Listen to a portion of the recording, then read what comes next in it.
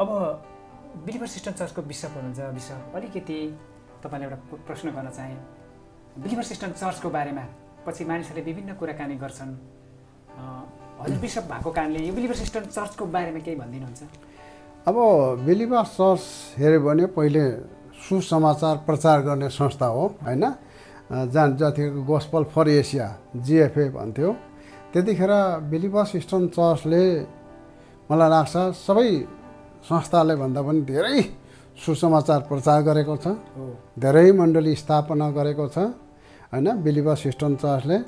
अनि तर हामी 2003 देखि चाहिँ हामी चाहिँ मेन लाइन चर्चमा गयौँ है, मेन लाइन चर्चमा गयौँ किनभने मलाई जानकारी भएअनुसार हाम्रो दिवंगित मेट्रोपोलिटन पनि यो सिएसआई चर्च अफ साउथ इन्डियाको मोडरेटरबाट उहाँले बिशपमा अभिषेक हुनुभएको, त्यसैले गर्दा त्यहाँदेखि हामी चाहिँ मेन लाइन चर्चमा गयौँ होइन।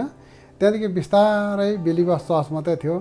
अनि हाम्रो मेट्रोपोलिटनले दिवंगित मेट्रोपोलिटनले एउटा किताब लेख्नु भएको थियो बिलिभर्स इस्टर्न चर्च भनेर।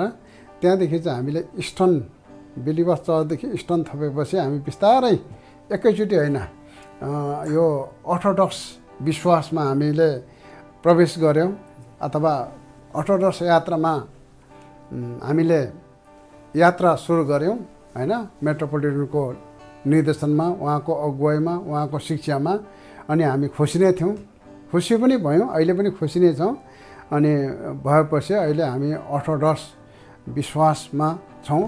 अहिले पनि हामी यो भन्छौँ मान्छेहरूलाई हामी बिलिभर सिस्टम चर्च चाहिँ अर्थोडक्स विश्वास र प्रेरित परम्परामा अनुसरण गर्दछौँ।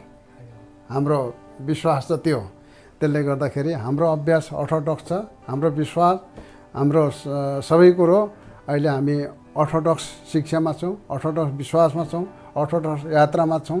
त्यसले गर्दा मलाई चाहिँ कस्तो लाग्छ भने हो अब संसारमा जति धेरै सम्प्रदाय भए तापनि होइन यीशु ख्रीष्टको नजरमा मण्डली अखण्डित छ। तर पनि मैले मेरो अध्ययनमा मैले जाने अनुसार चाहिँ अर्थोडक्स चर्च भनेर चाहिँ त्यस्तो चर्च हो किनभने अर्थोडक्स चर्चले जो प्रेरित विश्वास प्रेरित परम्परालाई चाहिँ छोडेको छैन।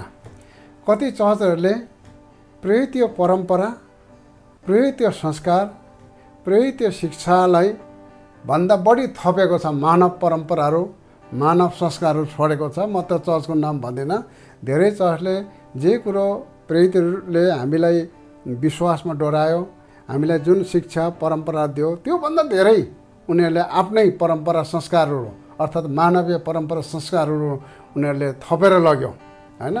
कति यस्तो चर्चहरू छन् अनि प्रेरितहरूले जुन विश्वास परम्परा संस्कार हामीले दिएको थियो त्यो सबै उसले त्यागिदियो। तर अर्थोडक्स चर्चले चाहिँ जे प्रेरितहरूले हामीलाई विश्वासमा डोराएको थियो, जे शिक्षामा डोराएको थियो, जुन परम्परा संस्कारमा थियो त्यो थपेको पनि छैन, घटाएको पनि छैन। यति कुरो चाहिँ मैले बुझेको छु। म त्यही कुरोमा धेरै खुसी छु किनभने कति चर्चहरूले प्रेरित परम्परा संस्कार शिक्षाभन्दा पनि धेरै उनीहरूले आफ्नो परम्पराहरू बढायो होइन, थप्यो। कति चर्चहरूले पुरै उनीहरूले फ्यालिदियो। तर अर्थोडक्समा पनि इस्टर्न अर्थोडक्स चर्चले चाहिँ प्रेरित परम्परा प्रेरित संस्कार प्रेरित विश्वासलाई अहिलेसम्म थामिरहेछ, न घटाएको छ न बढाएको छ। म यही कुरामा खुसी छु। पछिल्लो समय बिशप मैले सोध्न मिल्छ भने बिलिभर सिस्टम चर्चलाई अन्य चर्चहरूले नेपालमा नेपाली अन्य चर्चहरूले कतिले झुटा चर्च भनेर पनि भन्ने गरेका छन्, के हो? अब त्यो त प्राय अन्य होइन, मलाई लाग्छ, मलाई थाहा छैन मैले त्यो होइन। तर मलाई चाहिँ यसरी लाग्छ अब संसारमा मुख्य समुदायहरू तिनवटा छ, क्रिस्चियन समुदायहरू अथवा क्रिस्चियन समुदाय भनौँ, क्रिस्चियन सम्प्रदाय, एउटा अर्थोडक्स, एउटा रोमन क्याथोलिक, एउटा प्रोटेस्टेन्ट होइन। यिनीहरू तिनटैले एकले अर्काको स्वीकार गर्दैनन्। त्यसले गर्दा एउटा समुदायले एउटा सम्प्रदायले अर्कोलाई त्यो भन्ने उनीहरूको परम्परै भएको छ, संस्कारै भएको छ होइन, संस्कारै भएको छ। त्यसले गर्दाखेरि म चाहिँ के भन्न छ भने म चाहिँ अब प्रोटेस्टेन्ट झुटै हो, नराम्रो हो भन्नु पनि सक्दिनँ, रोमन क्याथोलिक पनि झुटो हो भन्नु सक्दिनँ होइन। तर म एउटै कुरोमा विश्वास छु, प्रेरितहरूले जे कुरो हामीले विश्वासमा सिकायो, जे सिद्धान्तमा हामीले डोरायो, जे परम्परा संस्कारमा हामीलाई के अरे हिँडायो, त्यो कुरो चाहिँ इस्टर्न अर्थोडक्सहरूले छोडेको छैन। म यति मात्रै छु। म अरूलाई दोष दिने पक्षमा उनीहरू झुटो हो, उनीहरू स्वर्गै जाँदैन, हामी मात्रै जान्छौँ भन्ने पक्षमा म छुइनँ। तर म यति छु, म आफ्नो विश्वासमा, म आफ्नो सिद्धान्तमा, मैले जे कुरो विश्वास र परम्परालाई मैले अभ्यास गरिरहेको छु त्यो कुरोमा म निश्चय छु, त्यो कुरोमा म खुसी छु र यही कुरो म रमाउँछु। बिलिभर्स इस्टर्न चर्चले अरू चर्चलाई चाहिँ कसरी हेर्छ?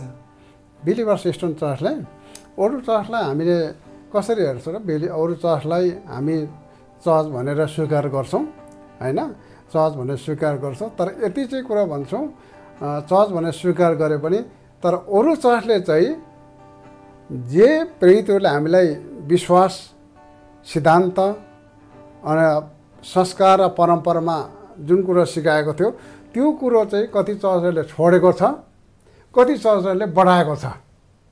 त्यस कारण उनीहरू चाहिँ त्यो ठाउँमा भएको कारणले गर्दाखेरि उनीहरू चाहिँ प्रेरितहरूले सिकाएको शिक्षा, सिद्धान्त, परम्परा, संस्कारमा उनीहरू अलिकति बाहिर तर्केको छ। तर इस्टर्न अर्थोडक्स चर्चले चाहिँ प्रेरितहरूले सिकाएको शिक्षामा छ, परम्परामा छ, संस्कारमा छ, सिद्धान्तमा छ। त्यही कुरोमा हामी गर्व गर्छौँ, त्यही कुरोमा हामी खुसी छौँ, त्यही कुरोमा हामी एकदम आनन्दित छौँ।